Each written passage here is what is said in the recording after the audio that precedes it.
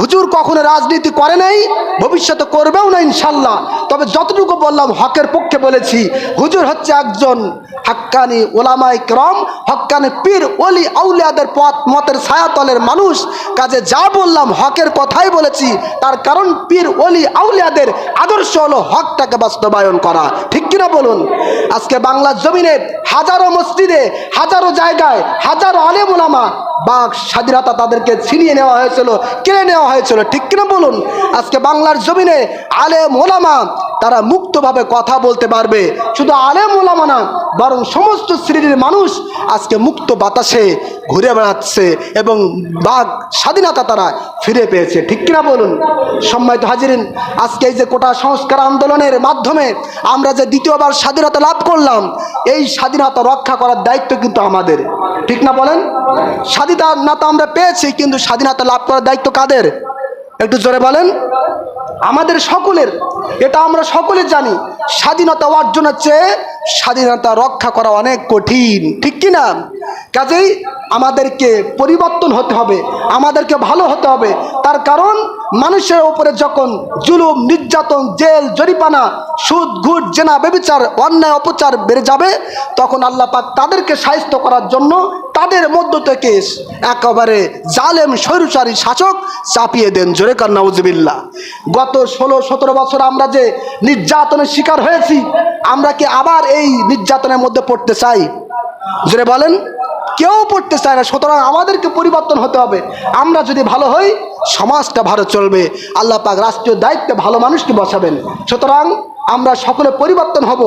এই যে স্বাধীনতার পরে, দ্বিতীয় স্বাধীনতার পরে অনেক মার ধর, জেল, জুলুম, এরপরে আপনার অনেক মারপিট, আগুন, ভাঙচুর অনেক হয়েছে। আর নয়, যা প্রতিশোধ নেওয়ার হয়ে গেছে। আর মানুষের সম্পদে হাত দিলে হবে না, মানুষকে ক্ষতিগ্রস্ত করার চেষ্টা করলে হবে না, ঠিক কিনা বলুন? তার কারণ কদিন আগে আপনি মাজলুম ছিলেন, এজন্য আজকে যে আপনি জালেম হবেন, এটা ইসলাম সমর্থন করে না। করে? যদি আপনিও তাদের সাথে সেই জালেমের মতো ব্যবহার করেন, তাহলে তাদের মাঝে আর আমাদের মাঝে পার্থক্য কি হলো? সুতরাং আমাদেরকে সুন্দর ব্যবস্থাপনা করতে হবে। আজকে মানুষের মাঝে দেখাতে হবে যে আমরা স্বৈরাচারী শাসকের আমরা শাস্তি পেয়ে, আমরা জুলুমের শিকার হয়ে আমরা আবার পুনরায় জুলুম করি না, বরং আমরা মানুষকে ভালোটাই দেখাতে পারি, ঠিক কিনা? যেমনিভাবে বাংলার সমস্ত জায়গায় প্রমাণ হয়েছে, যাদেরকে মৌলবাদী, যাদেরকে হিন্দু বিরোধী বলা হতো, যাদেরকে উগ্রবাদী বলা হতো, আজ সেই সমস্ত মুসলমানের সন্তানেরা এই দুর্যোগপূর্ণ সময়ে হিন্দুদের মন্দির পাহারা দিয়েছে, ঠিক কিনা বলুন?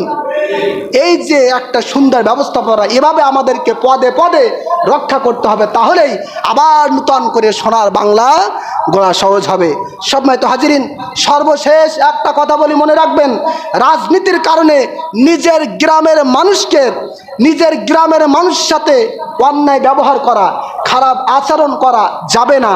তার কারণ মনে রাখতে হবে, আপনি আমি মারা গেলে আপনার আমার জানাজাই কিন্তু সর্বপ্রথম ওই কাছের মানুষটা জানাজা পড়াবে, দাফন কাফন সম্পন্ন করবে, ঠিক কিনা?